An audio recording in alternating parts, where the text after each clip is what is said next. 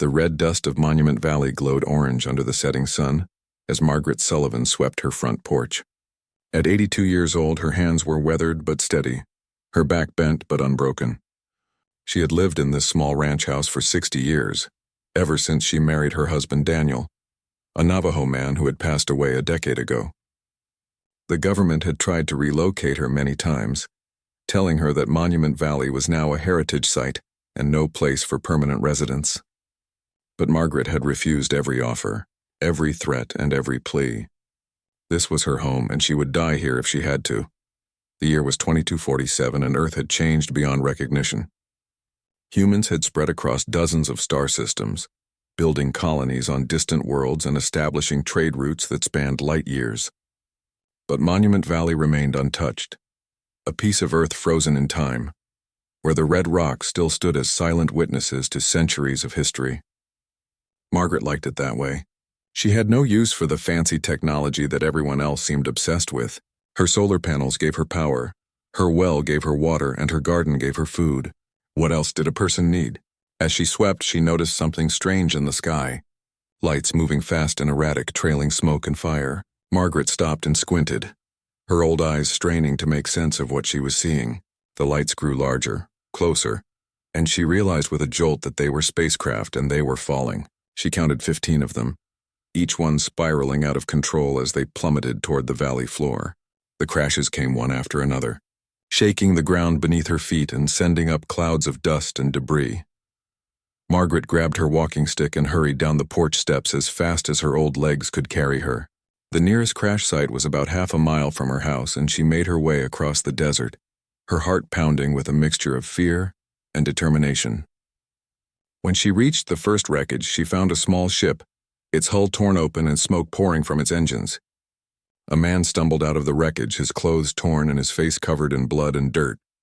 He looked at Margaret with eyes that were hollow and haunted, and she recognized something in his features that reminded her of Daniel. He was Navajo, she could tell, though his skin was darker than any Navajo she had ever met, as if he had spent his life under a harsher sun. He collapsed to his knees, and Margaret rushed to his side, steadying him with her free hand. More men emerged from the other crash sites, 14 of them in total, all of them injured and exhausted. They gathered around Margaret, and one of them, a tall man with graying hair and a scar across his cheek, stepped forward. He introduced himself as Joseph Begay, and he explained in a hoarse voice that they were refugees from a colony called Red Mesa, a world settled by Navajo families 3 generations ago. His voice cracked as he told her what had happened. The Kresh Empire had attacked their world without warning. The Kresh were a species of conquerors who believed that compassion was weakness, and that only the strong deserved to survive. They had descended on Red Mesa with overwhelming force, destroying cities and slaughtering everyone they found. Joseph and his 14 companions had been off-world on a supply run when the attack happened. By the time they returned, there was nothing left but ash and ruins. 50,000 people gone in a matter of days. They had fled in their damaged ships, hoping to reach Earth and find help. But their ships were barely holding together, and they had no supplies, no food, and no hope. They had expected to find a military base or a spaceport, somewhere they could send out a distress call and get assistance. Instead, they had found an elderly woman living alone in the desert, and they did not know whether to laugh or cry at the absurdity of it all. Margaret listened to Joseph's story without interrupting, her face grave but calm. When he finished, she looked at the 15 men and saw the despair in their eyes. They were starving, she could see that much. Their clothes hung loose on their frames, and their faces were gaunt and hollow. They had given up, she realized. They had survived the attack, survived the flight across space, but now they had nothing left to give. Margaret tapped her walking stick against the ground and made a decision. She told them to follow her back to her house. Joseph protested, saying they could not impose on her, that they had no right to ask anything of her. But Margaret cut him off with a look that reminded him of his own grandmother, a look that said she had made up her mind and there would be no argument. They followed her back to the ranch house, moving slowly because of their injuries. Margaret led them inside and told them to sit wherever they could find space. Her living room was small, barely big enough for 5 people, but somehow all 15 men managed to squeeze in. Margaret went to her kitchen and began pulling out everything she had. There were beans and corn, dried meat and flour, coffee and sugar. It was not much, but it would have to do. She started cooking, her hands moving with the practiced ease of someone who had spent a lifetime feeding people. She made fry bread, golden and crispy, and mutton stew, thick and hearty. She boiled coffee, strong and black, the way Daniel used to like it. The men watched her in silence, too tired and overwhelmed to speak. The smell of food filled the small house, and Margaret saw some of them start to cry. When the food was ready, she served it to them, piling their plates high and pouring their coffee in chipped mugs that had been in her family for generations.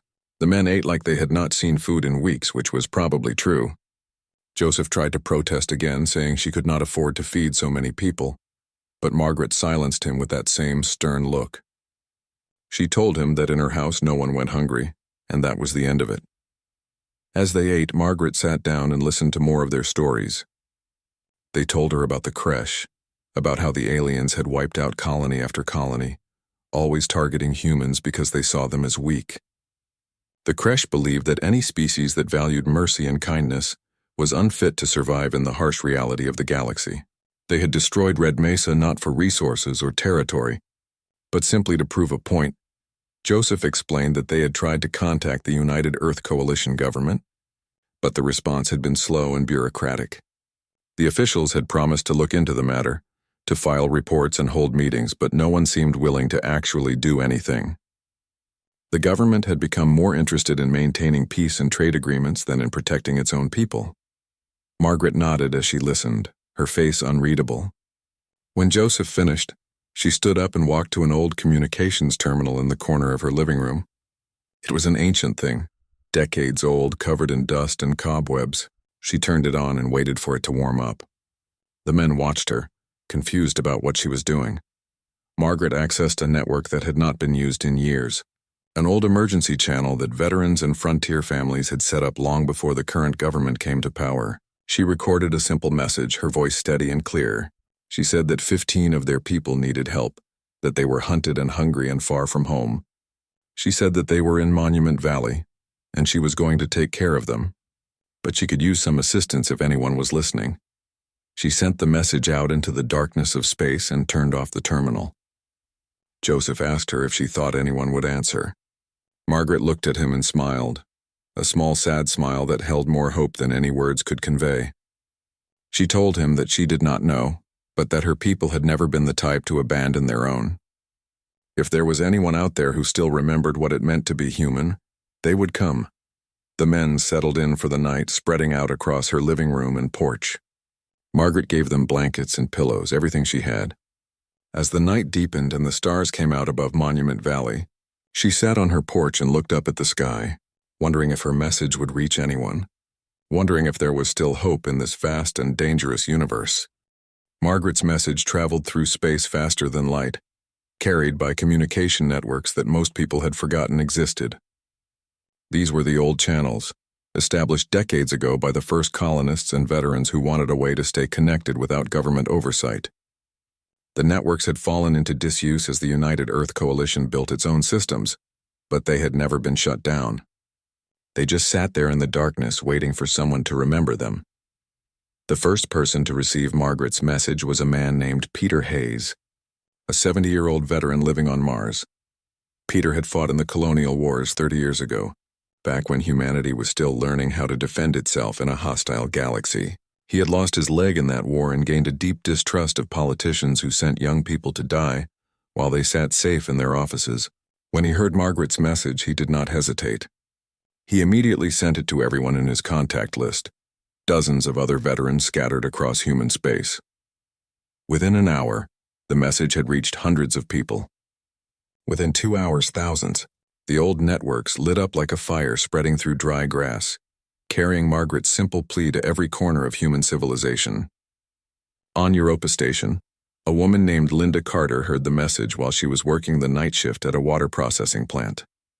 She was the granddaughter of a Navajo woman who had left Earth 50 years ago, and when she heard about the 15 refugees in Monument Valley, something inside her broke.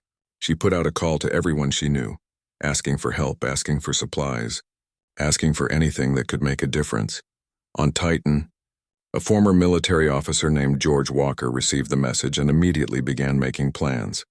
George had been forced into retirement 5 years ago, when he criticized the government's refusal to protect outlying colonies from alien threats. He had watched helplessly as the coalition signed treaty after treaty with hostile species, always backing down, always choosing diplomacy over action. Now he saw a chance to do something, and he was not going to let it slip away. The response was overwhelming. People who had never met Margaret, who had never even been to Monument Valley, began mobilizing. Families loaded their personal ships with food and medical supplies. Engineers started packing tools and equipment. Former soldiers dug out old weapons that they had kept hidden from government inspectors. Everyone who heard the message felt the same pull, the same need to act. On Earth itself, the news spread like wildfire. In Phoenix, a group of Navajo families organized a convoy to Monument Valley. In Denver, a veterans organization began chartering transport ships. In New York, a wealthy businessman who had made his fortune in asteroid mining quietly funded the purchase of defensive weapons and ammunition. Nobody asked for permission. Nobody waited for official approval. They just acted, driven by something deeper than law or policy. Prime Minister Harold Greene first learned about the mobilization at 3 a.m. when his chief of staff woke him with an urgent call. Greene was a career politician who had built his reputation on maintaining peaceful relations with alien species. He believed deeply in diplomacy and negotiation, and he had spent years carefully crafting treaties that kept humanity safe through compromise rather than conflict. When he heard about thousands of people arming themselves and heading to Monument Valley, he was horrified. He immediately convened an emergency meeting with his cabinet. They gathered in a secure conference room in Geneva, their faces projected on holographic screens since several of them were off-world. Greene explained the situation and demanded that they find a way to stop this madness before it spiraled out of control. His Minister of Defense, a cautious woman named Claire Bennett, pointed out that they had no legal authority to stop civilians from traveling within Earth's atmosphere. His Minister of Foreign Affairs, an anxious man named Victor Price, warned that any unauthorized military action could violate the treaties they had signed with the Kresh Empire. Greene made a decision. He issued an official order that all civilian and military vessels were to stand down immediately. He cited interstellar law and the danger of provoking a war with the Kresh. He threatened criminal charges against anyone who defied the order. His message was broadcast on every official channel, delivered with the full weight of the coalition government behind it. But nobody listened. The people who were heading to Monument Valley did not care about interstellar law. They did not care about treaties or diplomatic relations. They cared about 15 refugees who had lost everything and an elderly woman who was trying to help them. They cared about the fact that their government had become so focused on avoiding conflict that it had forgotten how to protect its own people. By the time the sun rose over Monument Valley, the first ships were already arriving. They came down from orbit in groups of 5 and 10, landing in the desert around Margaret's ranch. The pilots were careful to avoid the sacred rock formations, showing respect for the land even as they prepared for something that might turn into a war. Margaret watched from her porch as the ships landed, her eyes wide with disbelief. The first people to reach her house were a group of Navajo families from Phoenix. They brought food and water, medical supplies and blankets. They introduced themselves and asked what they could do to help. Margaret directed them to Joseph and his men, who were sitting in her living room, still too shocked to fully process what was happening. More people arrived throughout the morning. There were veterans in old military uniforms, farmers in work clothes, engineers in coveralls, and doctors in clean white coats. There were young people barely out of school and old people who moved with the careful deliberation of those who had seen too many years. They came from every background and every corner of human space, united by a simple idea that had been awakened by Margaret's message. By noon, there were over 100 ships in the valley and more than 1,000 people. They set up tents and temporary shelters, creating an impromptu camp that sprawled across the desert. Someone organized a medical station to treat Joseph and his men, and doctors began working on their injuries with professional efficiency. Someone else set up a supply depot, cataloging everything that had been brought and making sure it was distributed fairly. Colonel Nathan Reeves arrived in the early afternoon. He was 65 years old with silver hair and the ramrod straight posture of a career military man. He had retired from active duty 10 years ago, but had never really stopped being a soldier. When he heard Margaret's message, he knew exactly what needed to be done. He gathered a group of former officers and started organizing the volunteers into something that resembled a proper military force. Reeves approached Margaret's house and knocked on the door. Margaret answered, and he introduced himself with a crisp salute that she did not return because she had no idea how to. He told her that more people were coming, and that they needed to prepare for the possibility that the Kresh Empire would respond to this gathering. Margaret invited him in, and they sat at her small kitchen table while Joseph and several other refugees joined them. Reeves explained that word of the Kresh attack on Red Mesa had spread beyond just Margaret's message. People were angry, he said, angry that their government had done nothing, angry that 50,000 humans had been slaughtered while diplomats talked about maintaining peace. This gathering in Monument Valley was not just about helping 15 refugees. It was about making a statement, about showing the galaxy that humanity still had the will to stand up for itself. Joseph asked Reeves if he really thought they could make a difference. Reeves looked at him with steady eyes and said that he did not know, but that doing nothing was no longer an option. Margaret nodded in agreement and said that sometimes you just had to do what was right and let the consequences sort themselves out. As the afternoon wore on, more ships continued to arrive. By evening, there were over 300 ships and 5,000 people in Monument Valley.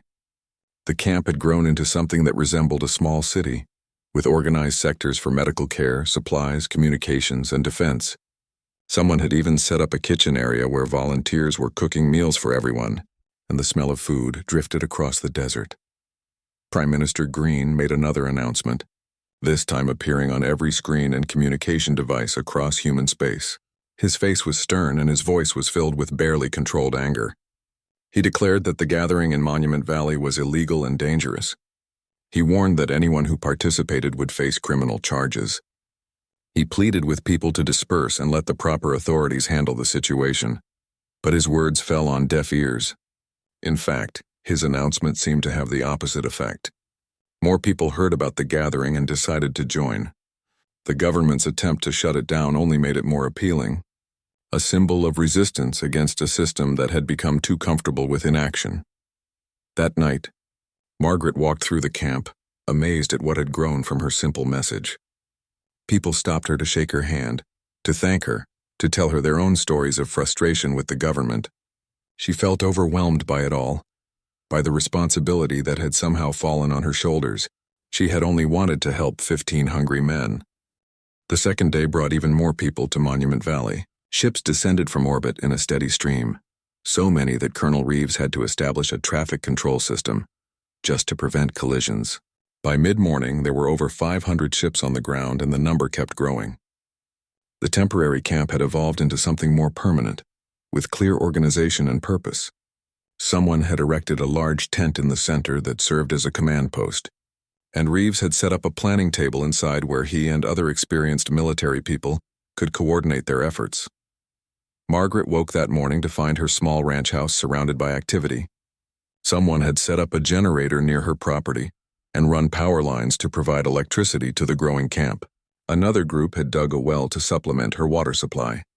A team of engineers was installing communication equipment that would let them stay in contact with the ships in orbit and the volunteers spread across the valley. She felt like she had lost control of her own home, but at the same time, she understood that this was bigger than her now. Among the new arrivals was Admiral Patricia Cruz, a woman in her 50s who commanded 3 coalition destroyers.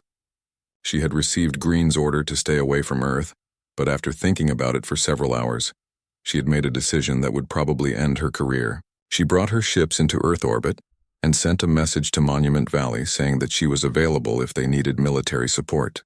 When Reeves heard about this, he immediately invited her to join the planning council. Cruz landed in the valley in a small shuttle and made her way to the command tent. She was the imposing figure in her crisp naval uniform, with dark hair pulled back in a tight bun and eyes that had seen too many battles. Reeves greeted her with obvious relief because having actual military warships on their side changed everything. Cruz looked around at the camp and shook her head in disbelief. She told Reeves that in 30 years of service, she had never seen anything like this. thousands of civilians organizing themselves into a fighting force without any official authorization. Margaret was invited to join the council meeting, though she protested that she had no business being involved in military planning. Joseph insisted that she be there because none of this would have happened without her. So Margaret found herself sitting at a planning table with military officers and experienced leaders, feeling completely out of place but determined to contribute however she could. Cruz explained the strategic situation. The Kresh Empire had undoubtedly noticed the gathering in Monument Valley by now. Their intelligence networks were extensive, and they would view this mobilization as a threat. The question was not if they would respond, but when and how. Cruz believed they had maybe 72 hours before the Kresh sent a fleet to Earth, and when they did, it would be overwhelming force designed to make an example of humanity. Reeves asked what kind of defensive capabilities they had. Cruz rattled off the numbers with military precision. She had 3 destroyers in orbit, each one capable of fighting off a small attack force but nowhere near enough to stop a full Kresh battle fleet. The volunteers had brought weapons and equipment, but most of it was civilian-grade or outdated military surplus. They had enthusiasm and determination, but they were going up against one of the most powerful military forces in the galaxy. Someone asked if they should try to evacuate the valley before the Kresh arrived.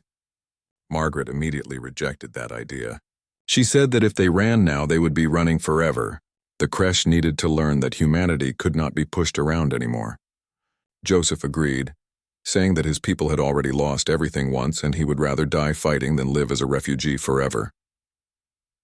The discussion turned to practical matters. How could they defend Monument Valley against a superior force? Reeves suggested using the terrain to their advantage. The valley had natural choke points and the red rock formations could provide cover. They could set up defensive positions and make any attack as costly as possible. Cruz added that her ships could engage the Kresh fleet in orbit and try to thin their numbers before they reached the surface. As they talked, more information came in about additional arrivals. A group of mining corporations had sent ships loaded with industrial equipment that could be converted into weapons. A colony on Ganymede had dispatched their entire emergency supply stockpile. A veterans organization on Luna had chartered 3 transport ships filled with volunteers and ammunition. The numbers kept growing, and with them, the sense that something historic was happening. By afternoon, Prime Minister Green arrived in Monument Valley with a security detail. He came in an official government transport, landing in a clear area near the command tent. Reeves and Cruz went out to meet him, with Margaret following behind because Green had specifically requested to speak with her. The Prime Minister looked tired and frustrated, like a man who had lost control of a situation and did not know how to regain it. Green demanded that the gathering disperse immediately. He argued that they were violating interstellar law and putting all of humanity at risk. If the Kresh viewed this as an act of war, they could retaliate against human colonies across the galaxy. Thousands of innocent people could die because of this reckless mobilization. He turned to Margaret and asked her directly if she understood the consequences of what she had started. Margaret looked at Green with the same calm expression she had worn when facing the 15 refugees. She told him that she understood perfectly well. 50,000 people had already died on Red Mesa, and the government had done nothing.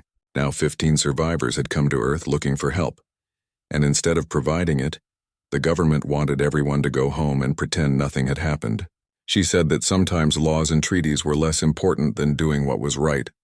Green tried to argue, but Cruz cut him off. She told the Prime Minister that his policies had failed.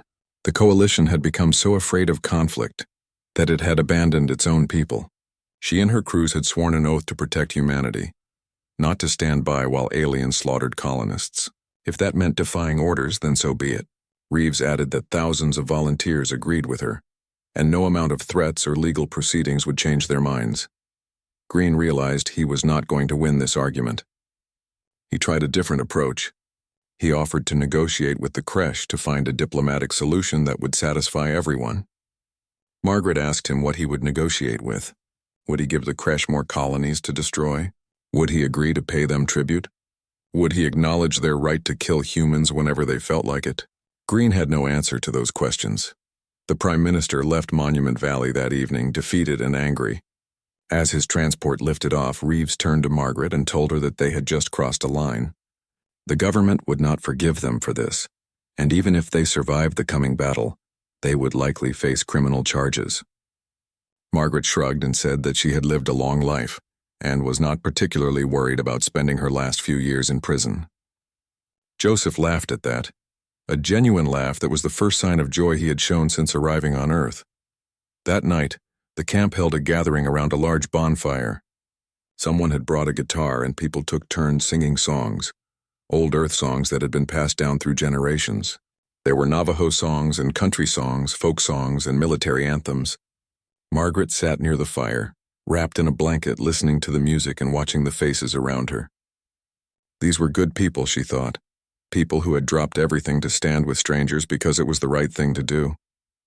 Joseph sat down next to her and asked if she was afraid. Margaret admitted that she was terrified. She had lived through wars and hardships before, but nothing like this. Joseph told her that fear was natural, but that she had given him and his men something more powerful than fear, which was purpose. They had been broken when they arrived, ready to give up and die. Now they had a reason to fight, a reason to believe that maybe humanity was worth saving after all. As the night wore on, more ships continued to arrive. By dawn of the third day, there were over 700 ships and 12,000 people in Monument Valley. The camp had grown so large that it stretched for miles across the desert, a city of tents and temporary structures that had appeared almost overnight. Supply depots were organized and stocked. Medical stations were fully staffed. Defensive positions had been established around the valley perimeter.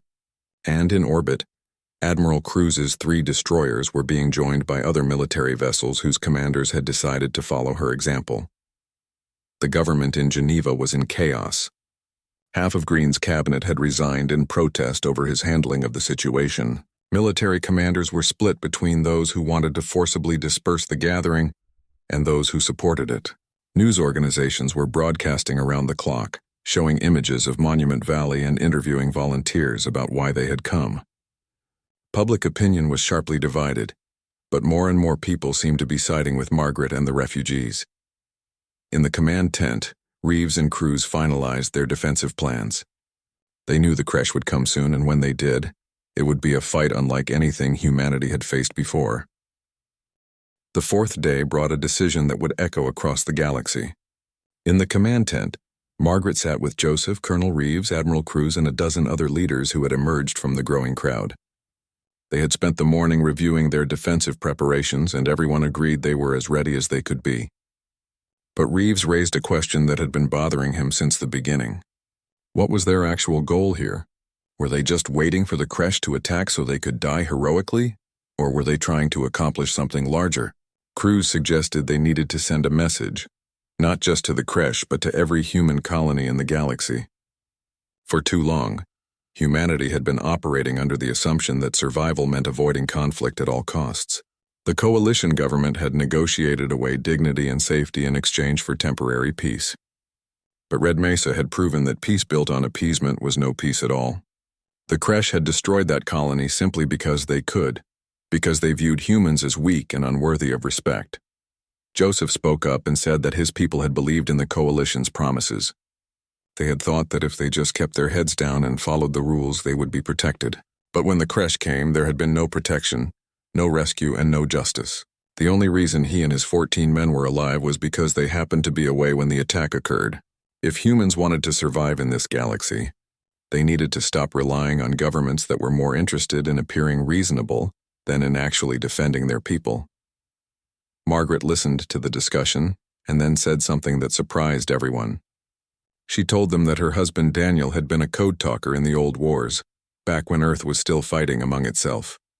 The Navajo code talkers had used their language to send secret messages that the enemy could never crack. They had been a small group, maybe 400 men total, but they had helped win a war because they understood that sometimes the smallest voices could make the biggest difference. What if they sent out a message now, not in code but in plain language, telling every human in the galaxy what was happening here? A young woman named Lisa Chang, who had arrived the previous day with a group of communication specialists, volunteered to help. Lisa was 26 years old and worked for a private news network that had been covering the Monument Valley gathering despite government pressure to stop. She had access to transmission equipment that could broadcast across every frequency used by human settlements. If they wanted to send a message, she could make sure it reached everyone. They spent several hours drafting what they wanted to say. It could not be a call for war because that would play into the Kresh narrative that humans were aggressive and dangerous. It could not be a plea for help because that would make them look desperate and weak. Instead, it needed to be a statement of values, a reminder of what humanity stood for and why that mattered. Margaret insisted that the message be simple and honest, something that anyone could understand regardless of their education or background. Lisa finally put together a broadcast that everyone agreed on. She set up her equipment near Margaret's ranch house because the symbolism seemed important. The message would originate from the place where this had all started, from the home of an elderly woman who had simply fed some hungry strangers. As the sun began to set on the fourth day, Lisa activated the transmission equipment and gave Margaret a signal. Margaret stepped in front of the camera, feeling incredibly self-conscious.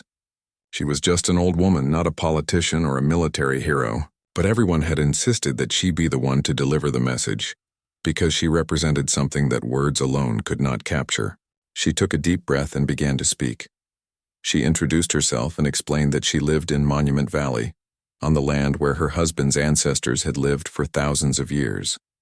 She told the story of how 15 Navajo refugees had crashed near her home 4 days ago, how they had fled from the destruction of their colony on Red Mesa. She described how she had fed them with everything she had because that was what decent people did when someone was hungry. Then she explained what had happened next, how thousands of people had come to Monument Valley to stand with those refugees because they believed that compassion was not weakness but strength. Margaret spoke about the Kresh Empire and their belief that mercy and kindness were flaws that made species unfit to survive. She said that the Kresh had destroyed Red Mesa to prove that point, to show the galaxy that humans were too soft to defend themselves. But what the Kresh did not understand was that human compassion was not a liability. It was what made them strong. When one human suffered, others responded. When one community was threatened, others came to help. That was not weakness. That was power. She talked about the coalition government and how it had failed to protect Red Mesa. She did not blame the politicians for wanting peace because peace was a noble goal. But she said that peace without the willingness to defend your values was just another word for surrender. The government had become so afraid of conflict that it had forgotten what it was supposed to be protecting in the first place.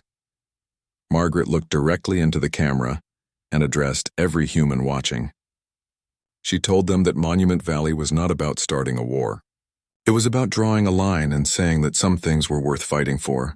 Dignity was worth fighting for. Community was worth fighting for. The right to show mercy to those in need was worth fighting for. If the Kresh wanted to destroy humanity for those values, then humanity would stand and face them rather than abandon what made them human in the first place. She finished by saying that the people gathered in Monument Valley were not soldiers or heroes. They were farmers and engineers, parents and grandparents, young people and old people. They were ordinary humans who had decided that ordinary decency mattered more than safety. If the Kresh came to punish them for that decision, then so be it. But they would not back down, and they would not apologize for caring about each other. When Margaret finished speaking, there was silence in the camp. Then someone started clapping, and within seconds, thousands of people were applauding and cheering.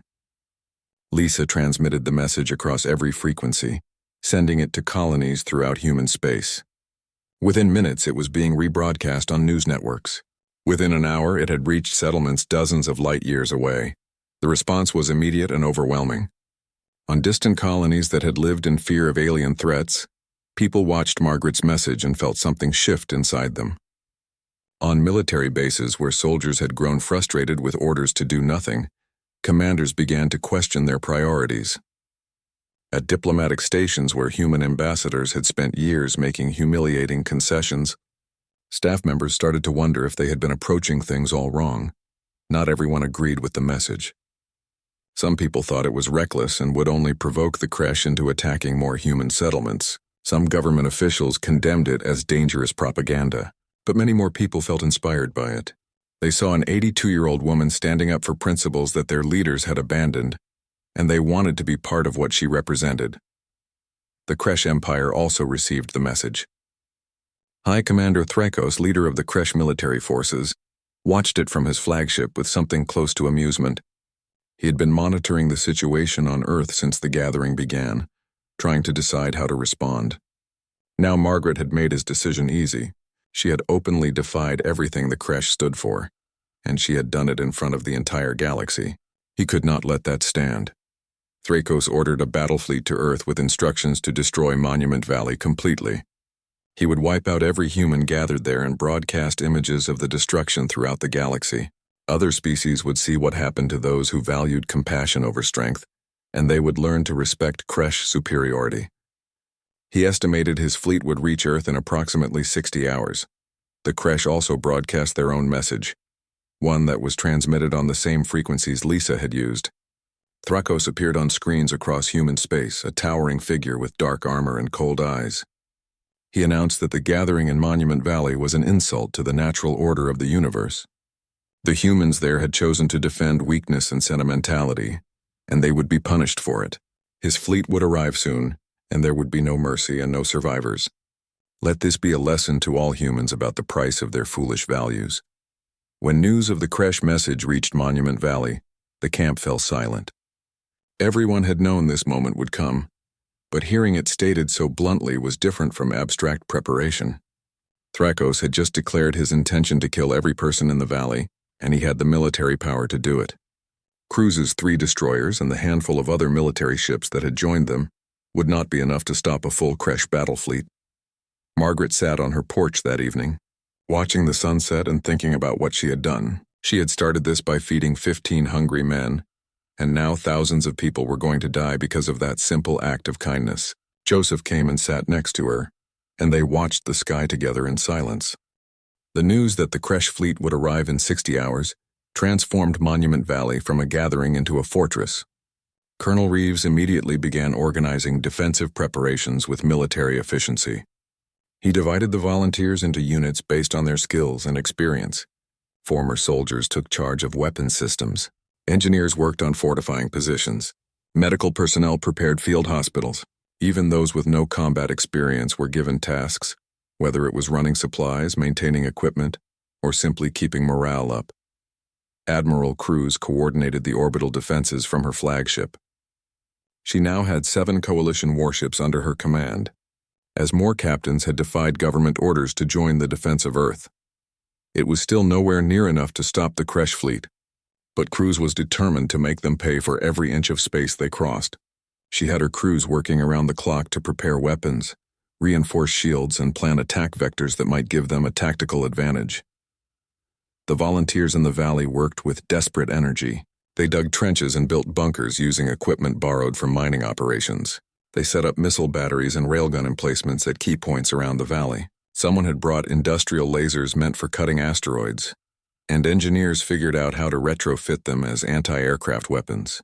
The red rocks of Monument Valley, which had stood peacefully for millions of years, were now bristling with weapons and fortifications. Margaret watched the preparations with a heavy heart. Her peaceful valley had become a war zone, and she knew that after this was over, if anyone survived, it would never be the same. But she also understood that some things were more important than preserving the past. Joseph and his men worked alongside the volunteers, grateful to finally have a chance to fight back against the species that had destroyed their home.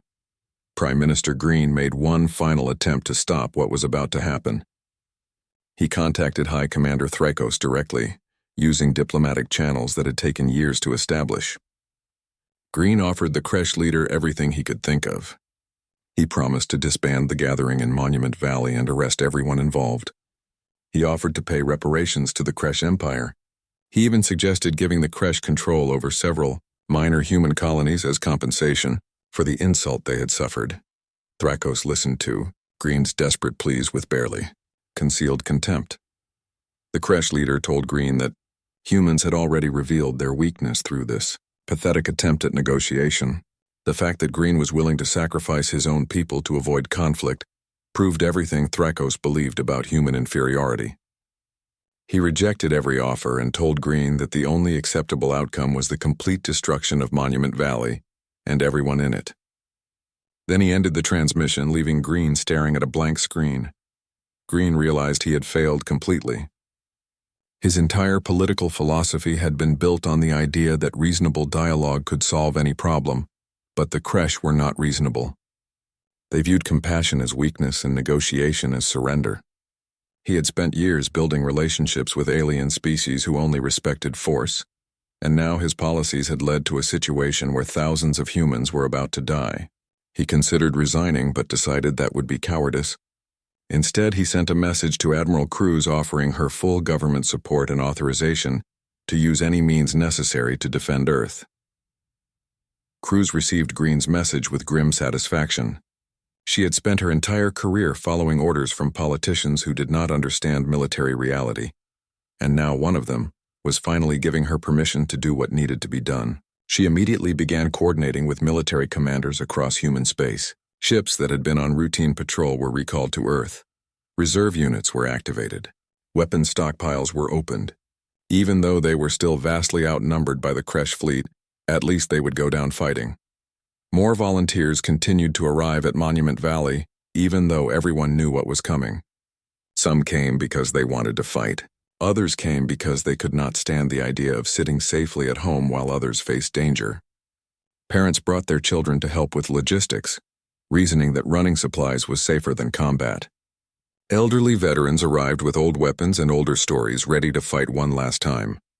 By the evening of the 5th day, there were over 15,000 people in the valley and nearly 1,000 ships. Lisa Chang continued broadcasting updates to the rest of humanity. Her news network had become the primary source of information about Monument Valley, and she made sure everyone knew what was happening. She interviewed volunteers about why they had come. She showed footage of the defensive preparations. She broadcast Margaret's daily routine of cooking meals for anyone who was hungry, maintaining the spirit that had started everything. The galaxy watched and waited to see what would happen when the Kresh arrived. The Kresh fleet was larger than anyone had expected. Thrakos had assembled 30 warships, each one a massive vessel designed for planetary assault. His fleet also included troop transports and support craft, bringing the total number of ships to nearly 50. Intelligence reports showed that the Kresh were not taking any chances. They planned to overwhelm Earth's defenders with sheer force and then land ground troops to hunt down any survivors. When Reeves saw the fleet composition, he called an emergency meeting in the command tent. Cruz joined via holographic projection from her ship in orbit. They reviewed the numbers and came to the same conclusion. There was no way they could win this fight through conventional means. The Kresh had too many ships and too much firepower. Any direct engagement would result in total human defeat within hours. But Reeves had an idea. What if they did not try to win through conventional warfare? The Kresh expected humans to either surrender or fight a traditional battle. What if they did neither? What if they used guerrilla tactics, hit-and-run attacks, and defensive strategies that made every victory costly? The Kresh were used to crushing weaker opponents through overwhelming force. They might not know how to handle an enemy that refused to fight on their terms. Cruz liked the strategy. Her ships could engage the Kresh fleet in orbit and then retreat, forcing them to chase her through the outer solar system. Meanwhile, the defenders in Monument Valley could hold out in their fortified positions, making any ground assault a nightmare of urban combat and ambush tactics. They probably could not win, but they could make the Kresh pay such a high price that it would send a message to the rest of the galaxy about the cost of attacking humanity. Margaret was invited to the strategy session, and she listened carefully to the military discussions.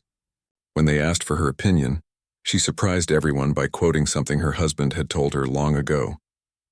Daniel had said that the Code Talkers had been successful, not because they were better fighters than the enemy, but because they had something the enemy could not understand or predict. The Navajo language had been unbreakable because it came from a culture and worldview that was completely foreign to those trying to crack it.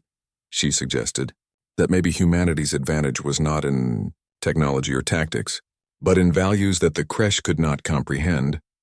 The Kresh fought for conquest and domination. They had no concept of fighting for something beyond personal gain.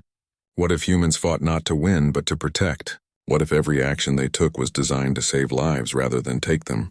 The Kresh would not understand that motivation, and it might give humans an edge that numbers and firepower could not overcome. Joseph added his own perspective. He told them about the last days of Red Mesa, how the colonists had tried to defend themselves using standard military tactics. It had not worked because the Kresh were simply better at conventional warfare, but there had been moments when small groups of civilians, fighting to protect their families rather than to defeat the enemy, had held out longer than trained soldiers. Desperation and love were powerful motivators that the Kresh did not account for in their calculations. The council agreed on a final strategy. They would defend Monument Valley with everything they had, but their goal was not to destroy the Kresh fleet. Their goal was to survive long enough to prove that human values were worth dying for. If they could hold out for even a day or two against overwhelming odds, it would inspire other humans across the galaxy. It would show that compassion and community were not weaknesses, but sources of incredible strength. That night, Margaret could not sleep.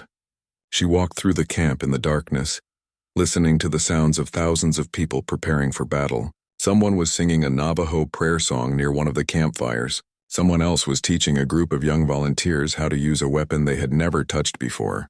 Parents were tucking children into makeshift beds and pretending that everything would be okay. She found herself at a medical tent where doctors were preparing for the casualties that would inevitably come. A young doctor named Paul Griffin was organizing supplies, and he looked up when Margaret entered. She asked him why he had come here when he could have been safe on Mars where he worked. Paul told her that he had taken an oath to help people who were suffering, and right now this was where the suffering was going to be. The Kresh fleet emerged from faster-than-light travel at the edge of Earth's solar system, exactly when Thrykos had promised. Sensors in Monument Valley detected their arrival immediately, and alarms began sounding across the camp.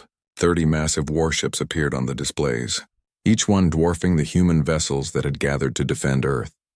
The Kresh ships moved in perfect formation, a testament to their military discipline and overwhelming confidence. Admiral Cruz was ready. Her 7 coalition destroyers had taken up positions near Mars orbit, using the planet's gravity well as tactical cover. She had another dozen smaller vessels scattered throughout the inner solar system, ready to strike from unexpected angles. It was a desperate strategy against a superior force, but Cruz had learned long ago that sometimes desperation was all you had. She opened a channel to all her ships and gave a simple order to engage when ready and make every shot count. The Kresh fleet did not bother with communication or negotiation. Thrykos had made his intentions clear, and he saw no reason to waste time talking to species he considered inferior. His ships moved toward Earth in a steady advance, their weapon systems powering up and their shields at maximum strength. The Kresh expected the humans to either flee or mount a futile defense, and either way, the outcome would be the same. Cruz fired first. Her flagship launched a spread of missiles that streaked across space toward the lead Kresh vessels. The other human ships followed her lead, and suddenly the darkness of space was filled with weapons fire. Missiles, railgun rounds, and energy beams converged on the Kresh formation from multiple directions. It was everything the human forces had, thrown at the enemy in one desperate opening salvo. The Kresh shields absorbed most of the damage, but not all of it. 2 of their warships took hits that penetrated their defenses, causing explosions that sent them spinning out of formation. It was not enough to destroy them, but it was enough to prove that humans were not going to make this easy. Thrykos watched the attack from his command ship with something approaching respect. These humans had courage, even if it was the courage of the doomed. The Kresh returned fire with devastating efficiency. Their weapons were more powerful and more accurate than anything the humans possessed. One of Cruz's destroyers took a direct hit and exploded in a ball of fire and debris. Another was crippled, its engines destroyed, and its crew scrambling to evacuate. The human formation broke apart as ships scattered to avoid the overwhelming firepower, exactly as Cruz had planned. She had never intended to fight a conventional battle. Her ships retreated toward the outer solar system, firing as they went and forcing the Kresh to chase them. It was a delaying tactic, buying time for the defenders in Monument Valley to prepare for the ground assault that would inevitably come. Some of the Kresh ships took the bait and pursued Cruz's vessels, but most of the fleet continued toward Earth under Thrykos's direct command. In Monument Valley, everyone watched the orbital battle on displays that Lisa Chang had set up throughout the camp. They saw the flashes of weapons fire and the explosions of dying ships. They saw Cruz's destroyers fighting a running battle against impossible odds, and they knew that their turn was coming soon. Colonel Reeves ordered everyone to their defensive positions and made sure that all weapon systems were ready to fire. Margaret stood on her porch, watching the sky and thinking about all the lives that were about to be lost. Joseph came to stand beside her, and they did not speak because there was nothing left to say. Around them, 15,000 volunteers waited in trenches and bunkers, their weapons trained on the sky. Some were praying, some were writing final messages to loved ones, some were simply trying to control their fear and remember why they had come here. The Kresh fleet reached Earth orbit within 2 hours of the initial engagement. They had lost 4 ships to Cruz's hit-and-run tactics, but 26 warships remained, more than enough to destroy any ground target they chose. Thrakos ordered half his fleet to pursue and eliminate Cruz's remaining vessels, while the other half prepared to assault Monument Valley. He wanted this to be thorough and complete, a lesson that would be remembered across the galaxy. 13 Kresh warships moved into position above Monument Valley and began their bombardment. Energy beams lanced down from orbit, striking the defensive positions with incredible force. Explosions ripped through the camp as shields and barriers were overwhelmed. The ground shook with each impact, and Margaret felt like the world itself was being torn apart. She grabbed her walking stick and headed for the shelter that volunteers had built beneath her house. But she moved slowly because running at her age was not really an option. Joseph grabbed her arm and helped her down the stairs into the shelter. Other people were already there, huddled together in the darkness as the bombardment continued overhead. Children were crying. Someone was reciting a prayer. The walls shook with each impact and dust fell from the ceiling. Margaret found herself thinking that this was a terrible way to die, trapped underground while the world burned above. But the orbital bombardment was just the beginning. After 10 minutes of firing, the Kresh ships launched landing craft toward the valley floor. Dozens of transports descended through Earth's atmosphere, carrying Kresh warriors who would sweep through the camp and eliminate any survivors. The warriors were massive creatures standing over 7 feet tall and covered in battle armor that made them look like walking tanks. They were trained from birth to fight and conquer, and they had never been defeated in ground combat. The landing craft touched down at various points around Monument Valley, and the Kresh warriors poured out with weapons ready. They expected to find scattered resistance, frightened humans trying to flee or surrender. Instead, they found a coordinated defense that had been waiting for them. The volunteers opened fire from their fortified positions, and suddenly the Kresh found themselves under attack from multiple directions. The battle in Monument Valley was brutal and chaotic. The Kresh were better trained and better equipped, but the humans fought with a desperation that surprised them. Every bunker had to be cleared with heavy casualties. Every trench became a killing ground. The volunteers used the terrain to their advantage, ambushing Kresh warriors as they moved through the narrow passages between the red rock formations. It was exactly the kind of grinding, costly warfare that the Kresh were not prepared for. Margaret's shelter took a direct hit from a Kresh weapon, and part of the ceiling collapsed. Joseph shielded her with his body as debris rained down around them. When the dust cleared, they realized that the entrance to the shelter had been blocked. They were trapped underground with a dozen other people, unable to see what was happening above but able to hear the sounds of battle that raged outside. In orbit, Admiral Cruz continued her running battle against the Kresh ships that had been sent to hunt her down. She had lost 3 more vessels, but her remaining ships had managed to destroy 2 more Kresh warships through clever tactics and desperate maneuvers. Cruz knew she could not keep this up much longer. Her ships were running low on ammunition and her crews were exhausted. But every minute she kept the Kresh occupied was another minute that the people in Monument Valley had to hold out. Colonel Reeves commanded the ground defense from a fortified bunker in the center of the valley. Reports came in constantly, painting a picture of determined resistance but mounting casualties. The Kresh were pushing forward slowly but steadily, overwhelming one defensive position after another. Medical teams were overwhelmed with wounded. Supply lines were breaking down. Reeves knew they could not hold out more than a few more hours at this rate. But something unexpected was happening. The Kresh advance was slowing down more than it should have been. Thrakos watched from his command ship with growing frustration. His warriors should have swept through the human defenses in less than an hour, but instead they were bogged down in vicious close-quarters fighting. Every time they cleared a position, they found another one behind it. The humans were not fighting to win, but fighting to delay, and it was working. One Kresh landing ship crashed near the ruins of Margaret's ranch. Warriors emerged and began searching for survivors to eliminate.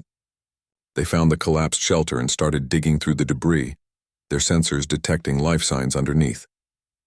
Joseph heard them coming and positioned himself at the narrow opening that remained, his weapon ready. He told Margaret and the others to get back as far as they could. The Kresh warriors broke through the debris and tried to enter the shelter. Joseph opened fire at point-blank range, taking down the first warrior before he could react. The confined space made it impossible for the Kresh to use their superior numbers, and Joseph held the entrance alone, firing until his weapon ran dry. Other volunteers in the shelter grabbed weapons from fallen warriors and joined the defense. It was desperate and brutal, but they held the line. Across the valley, similar scenes played out 100 times. Small groups of humans fighting against overwhelming odds, buying time with their lives, refusing to surrender even when defeat was certain. The Kresh had never encountered an enemy like this, one that did not break when the battle turned against them. The battle raged through the night, but as the first light of dawn began to touch the horizon, something changed. New contacts appeared on the sensor displays, hundreds of them, emerging from faster-than-light travel at the edge of the solar system. At first, Colonel Reeves thought it might be Kresh reinforcements, which would mean the end of any hope for survival.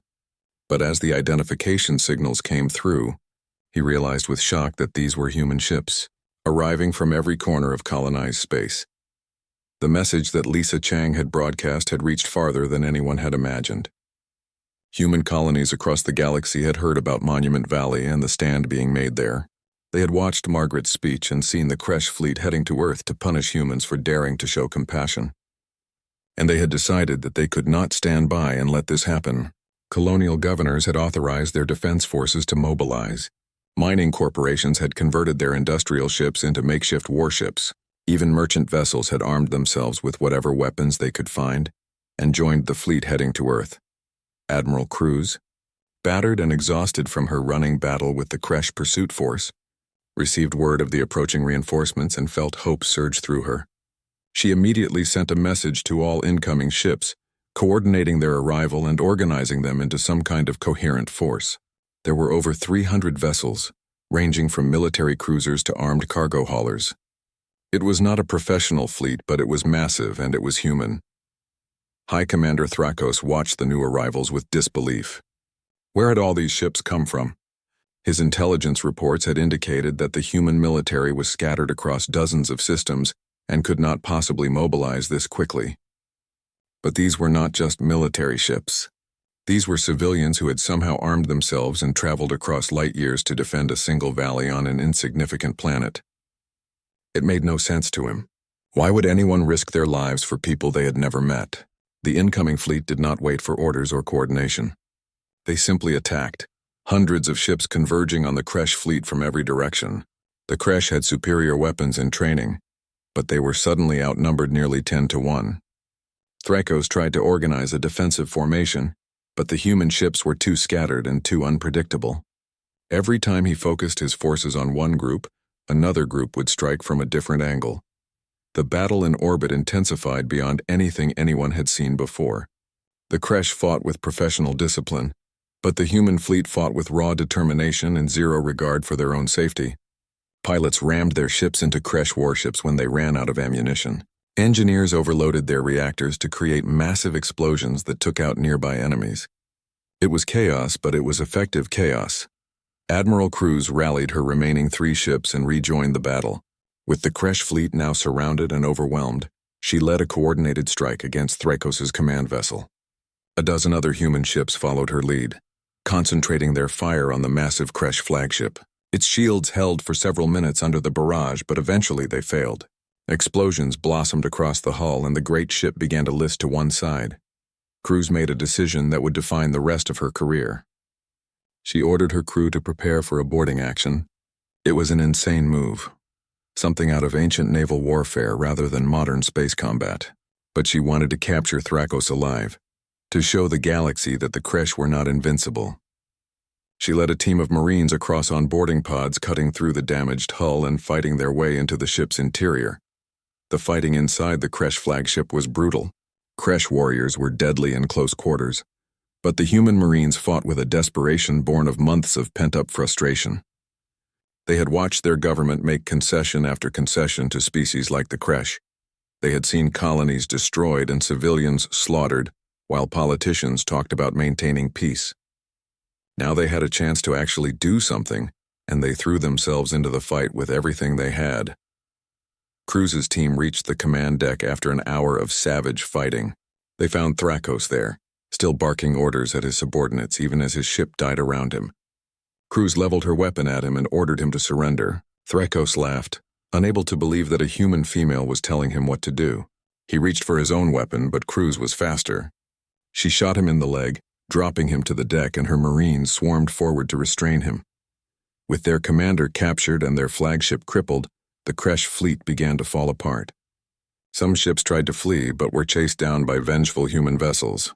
Others surrendered when they realized their position was hopeless.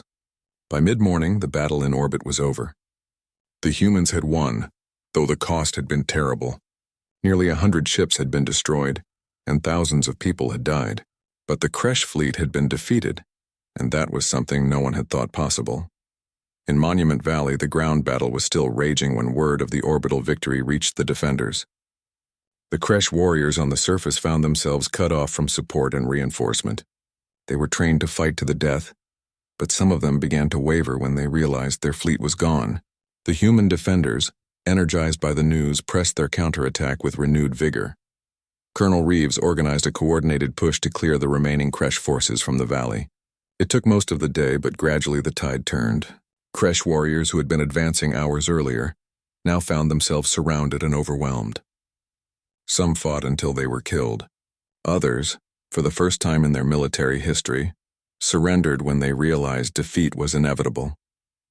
Margaret's shelter was finally dug out late in the afternoon. Rescue workers pulled her and the other survivors from the collapsed structure, and Margaret blinked in the harsh sunlight. The valley she had known was gone, replaced by a landscape of craters and burned wreckage. Bodies lay everywhere, human and Kresh alike.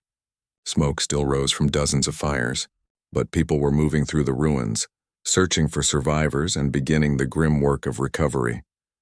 Joseph emerged from the shelter behind Margaret, his clothes torn and his face covered in dust and blood. He looked around at the destruction and felt a mixture of grief and pride. So many had died, but they had also won. The Kresh had been defeated, not by superior technology or overwhelming force, but by humans who simply refused to give up. He found Margaret standing alone, looking at the ruins of her ranch house, and went to stand beside her. She told him that her house was gone, the home she had shared with Daniel for 60 years, reduced to rubble and ash. Joseph said he was sorry, but Margaret shook her head. She said that a house was just wood and stone. What mattered was what had happened here, the stand that had been made, the lives that had been given for something that truly mattered. Her house could be rebuilt, but the memory of what happened in this valley would last forever. News of the victory spread across human space within hours. Colonies that had lived in fear of the Kresh suddenly felt hope. Military commanders who had grown tired of backing down from every confrontation began to reconsider their strategies. Politicians who had built careers on appeasement found themselves facing angry constituents who wanted stronger leadership. The Battle of Monument Valley had not just defeated a Kresh fleet. It had changed how humanity saw itself and its place in the galaxy. Prime Minister Green appeared on screens throughout human space the next morning. He looked older and more tired than he had just days before. He announced that the Kresh Empire had sued for peace and was willing to sign a non-aggression treaty. The terms were still being negotiated, but it was clear that humanity would no longer be treated as a weak species that could be pushed around. Green also announced his resignation, saying that he had failed to protect his people when they needed him most. A new government would be formed, one that understood the need to balance diplomacy with the willingness to fight when necessary. Admiral Cruz was promoted to Supreme Commander of all coalition forces.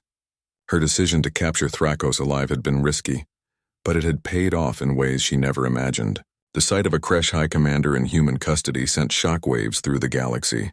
Other species that had viewed humans as weak suddenly began to reassess their positions.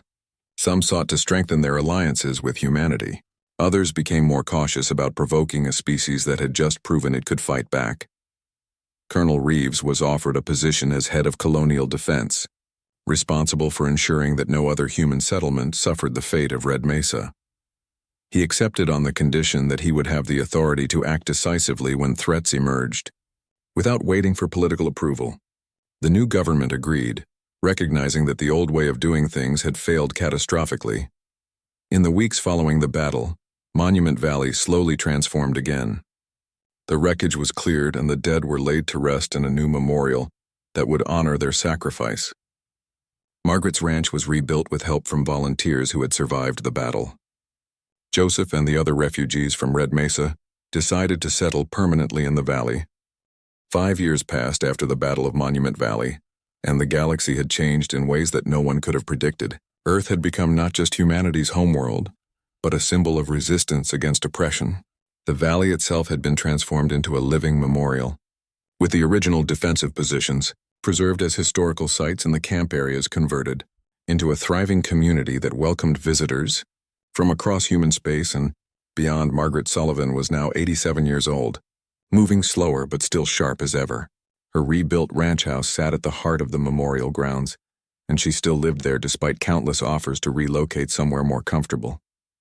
She refused because this was her home, and more importantly, this was where it all began. Every morning she would walk through the community, greeting neighbors and visitors, sharing stories with anyone who wanted to listen. Joseph Begay had aged as well, his hair completely gray now and his movements careful. He had become the unofficial leader of the new Red Mesa settlement in Monument Valley, a community of nearly 2,000 people who had chosen to rebuild their lives in this place. The settlement had grown beyond just the original Navajo refugees to include people from all backgrounds who wanted to be part of something meaningful. They built homes among the red rocks, farmed in the desert soil, and maintained the traditions that had nearly died with the destruction of the original colony. The memorial itself was a masterpiece of restraint and respect. Instead of grand monuments or towering statues, the designers had preserved the actual battlefield as it was. The trenches and bunkers remained, cleaned but not repaired. The crashed ships had been left where they fell, with plaques explaining what happened at each location. Visitors could walk through the defensive positions and understand the desperation and courage that had defined the battle. At the center of the memorial stood a simple stone wall, engraved with the names of everyone who had died defending the valley. On the 5th anniversary of the battle, a ceremony was held that drew over 50,000 people. Representatives from every human colony attended, along with delegations from allied alien species who wanted to pay their respects. The new prime minister, a former colonial governor named Helen Torres who had sent ships to help during the battle, gave a speech about how Monument Valley had changed humanity's place in the galaxy. She spoke about the new defensive treaties that had been signed, the stronger military that had been built, and the renewed sense of purpose that had spread throughout human civilization. Admiral Cruz attended in her dress uniform, her chest covered in medals earned during and after the battle. She had spent the past 5 years rebuilding the coalition military into a force that could actually protect human interests. She had insisted on 3 principles that now defined military policy, which were that diplomacy was important, but must be backed by strength, that protecting civilians was the highest priority, and that compassion for others did not mean weakness in the face of threats. These principles had been controversial at first, but the success of the past 5 years had proven their worth. Colonel Reeves, now technically retired again, but still serving as an advisor to colonial defense forces, stood with a group of veterans who had fought in the battle. They were older now, some with prosthetic limbs replacing what they had lost, all with memories that would never fade. They gathered each year at this time to remember fallen comrades and to remind themselves why they had risked everything. Reeves had written a book about the battle that had become required reading in military academies across human space, not as a tactical manual but as a study in courage and moral clarity. Lisa Chang had become one of the most respected journalists in human civilization. Her coverage of Monument Valley had won every award imaginable, but more importantly, it had inspired a new generation of reporters who believed in telling truth to power. She continued to cover stories about ordinary people doing extraordinary things, always looking for the human element that made events meaningful. She had returned to Monument Valley for this anniversary with a full crew, determined to capture the spirit of what this place meant to humanity.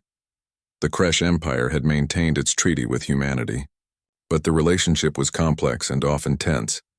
Thrakos remained imprisoned on a secure facility on Luna, and the Kresh government had never officially apologized for the destruction of Red Mesa, but they had paid reparations, returned captured humans from previous conflicts, and most importantly, they had stopped viewing humanity as easy prey.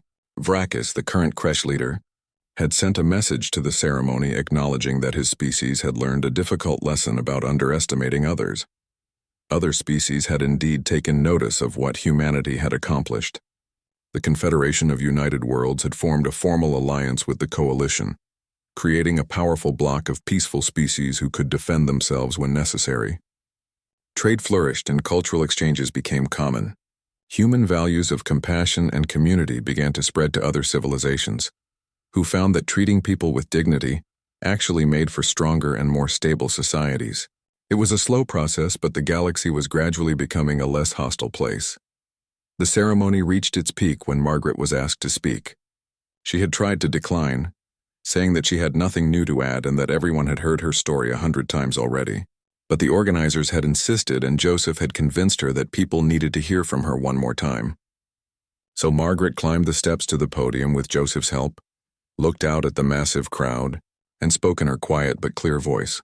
She began by saying that 5 years felt like both a lifetime and an instant. She could still remember the day Joseph and his men crashed in the desert, still remember the fear in their eyes and the desperation in their voices. She could still remember making the decision to feed them, not because she thought it would change anything, but simply because it was the right thing to do. She had been an old woman living alone in the desert, and she had no grand ambitions or political goals. She just saw people who were hungry and decided to help. Then Margaret said that what happened after that was not her doing, but the doing of thousands of people who heard about 15 refugees and decided that they mattered. People who dropped everything to come to Monument Valley because they believed that compassion was worth defending. People who risked their lives and sometimes gave their lives for strangers they had never met.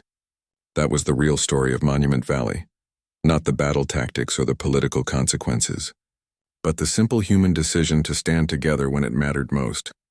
She spoke about the cost of that decision, the thousands who had died in the battle and the families who still grieved their loss. She said that she thought about them every day, wondered if her actions had been worth so much sacrifice, struggled with the guilt of surviving when so many had not.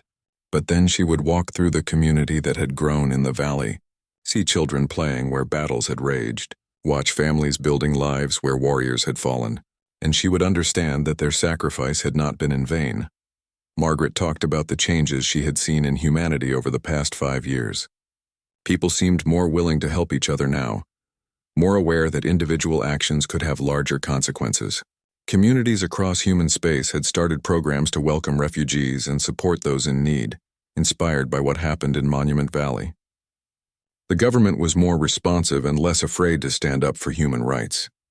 The military was stronger but also more focused on protection than aggression. It was not perfect, but it was better than before. She addressed the alien delegations in the crowd, thanking them for coming and for trying to understand what Monument Valley meant to humanity. She said that humans were not perfect and had made many mistakes throughout their history, but one thing that defined them, one thing they would never apologize for, was the belief that taking care of each other mattered more than power or dominance. The Kresh had tried to destroy that belief, and they had failed because it turned out that caring for others was not weakness, but the foundation of true strength. Margaret finished by saying that she was an old woman now and would not be around much longer.